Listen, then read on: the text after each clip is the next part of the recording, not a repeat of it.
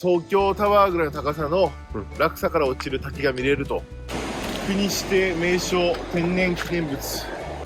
今雨降ってきたんだけど、そもそもの雨なのか水しぶきの雨なのかわからん。うおーうおーやばい。いや、これはすごい。いや、これ雨じゃないからね。いや、ちょっ迫力あるね。とめっちゃびしょびしょ。やばいっすよ。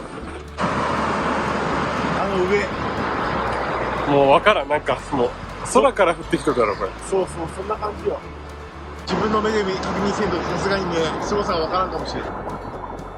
こんな感じ。